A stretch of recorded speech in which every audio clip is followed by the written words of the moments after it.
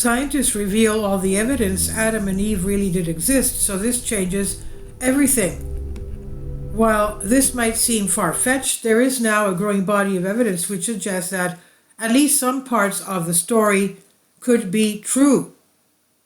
Archaeologists have found surprising signs that Eden was not only a real place, but could have been the birthplace of civilization as we know it.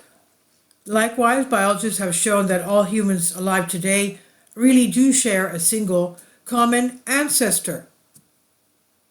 However, making the Bible fit with modern science requires throwing out a lot of the traditional story. That could mean saying goodbye to the notion that God created Adam and Eve, or even questioning whether our biblical ancestors were Homo sapiens. The real Garden of Eden.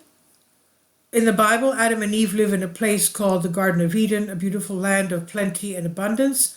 Interestingly, the Bible also provides a relatively precise description of where this mystical garden is located. In Genesis, the first book of the Holy Bible, the Bible states that a river flows through Eden and divides into 4 branches: the Pishon, the Gihon, the Tigris, and the Euphrates. Of these, the Tigris and Euphrates are well known and still flow through modern-day Iraq. However, the Gihon and the Pishon are far more obscure, and their locations, if they still exist, are unknown. This has led to a plethora of suggestions as to where the Garden of Eden might have really been, ranging from Iran and Mongolia to Jackson County, Missouri. However, the most promising theory is that the Garden of Eden is located in an area called Mesopotamia. And it could be through the Mesopotamia between Euphrates and Tigris, and also the Nile, and perhaps, who knows, maybe the River Jordan was once a river going to the Red Sea, I don't know. But going on with this, literally meaning between rivers in Mesopotamia, and ancient Greek means between rivers. This region sits between the Tigris and Euphrates and straddles what is now eastern Syria, northwestern Turkey, and most of Iraq. Professor Eric Klein, a classical and biblical archaeologist from George Washington University, argues that this theory matches the scriptural and archaeological evidence. Writing in his book From Eden to Exile, Professor Klein says this makes some sense from a textual point of view, because not only does the biblical account say that the garden lay in the east, meaning to the east of Israel, but it also mentions the Tigris and Euphrates rivers in connection with the Garden of Eden. Additionally, this region is widely believed to be the place where the first plants and animals were domesticated between 10,000 and 20,000 years ago, the so-called Neolithic Revolution. Dubbed the Fertile Crescent, the nutrient-rich sediments of the 2 rivers allowed for the first grains to be deliberately planted and harvested by humans.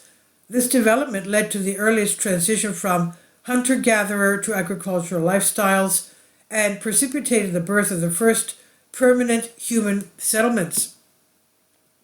Professor Klein adds, this area may have also become somewhat of an agricultural paradise for the local residents following the invention of irrigation during the 4th millennium BC. That's 4000 BC. Further strengthening this case, there are some striking parallels between the biblical account of creation and the most ancient myths from the region. Most notably, the ancient Sumerians, considered to be the first human civilization, recorded a myth called the Enuma Elish, meaning when on high. This story records the creation of heaven and earth from a primeval, chaotic body of water in a very similar fashion to that described in Genesis. According to some archaeologists, the best way to explain this similarity is that the Sumerian myth was handed down through the years all the way to the Israelites in the 2nd century BC.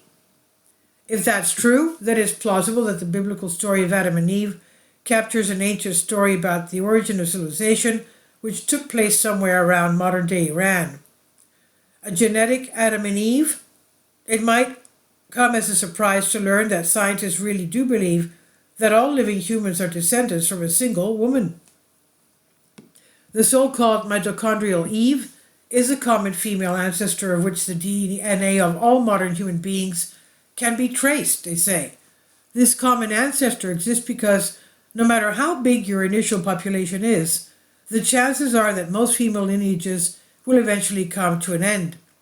Since most genetic lineages will come to an end over time, if you go back far enough, there will be a single individual whose DNA is shared by every living person.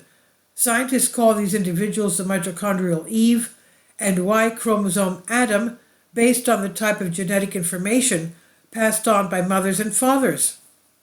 While mitochondrial Eve was not the first human, every other female lineage eventually died off and failed to pass on their mitochondrial DNA, a type of genetic material passed from mothers to their children.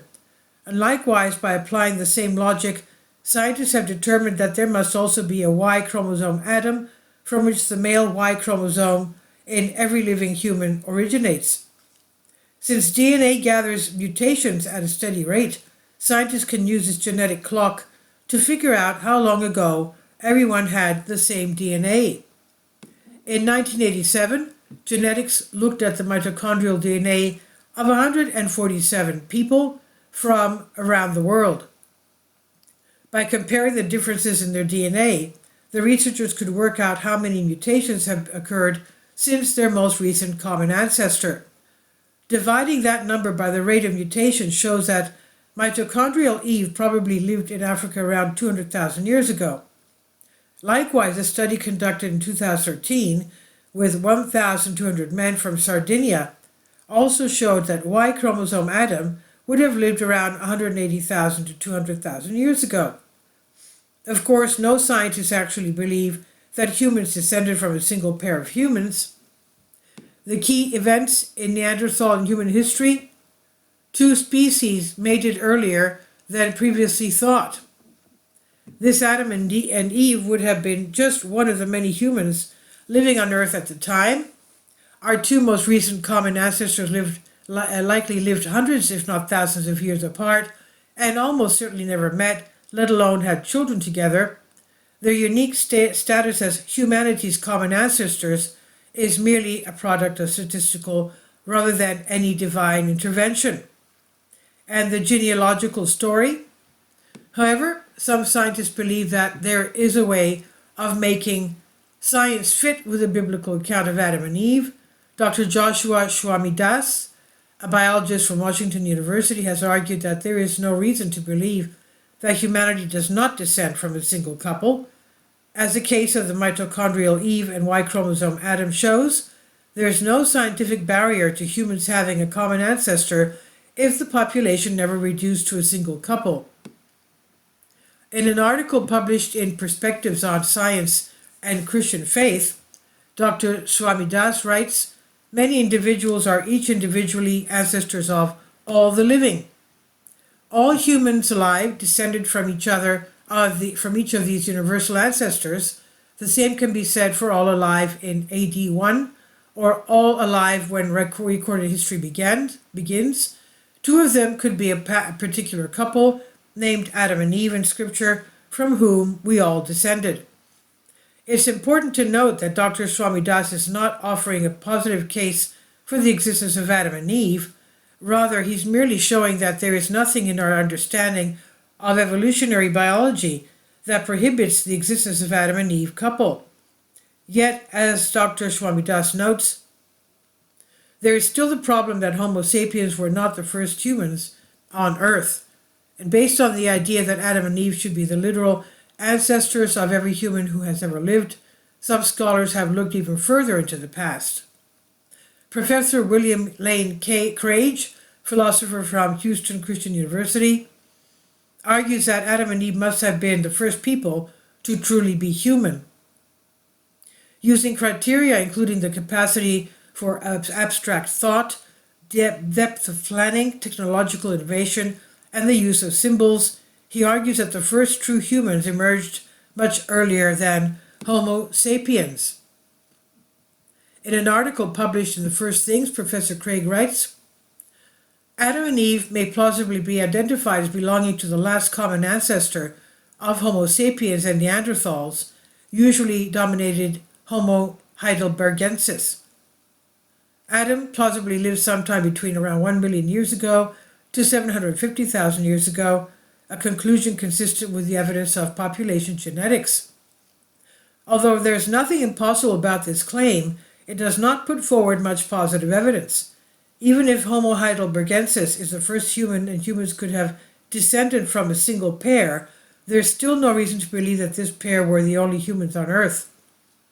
Additionally, if Adam were a Homo heidelbergensis, then he would not have lived in the proposed location for the Garden of Eden in Iraq.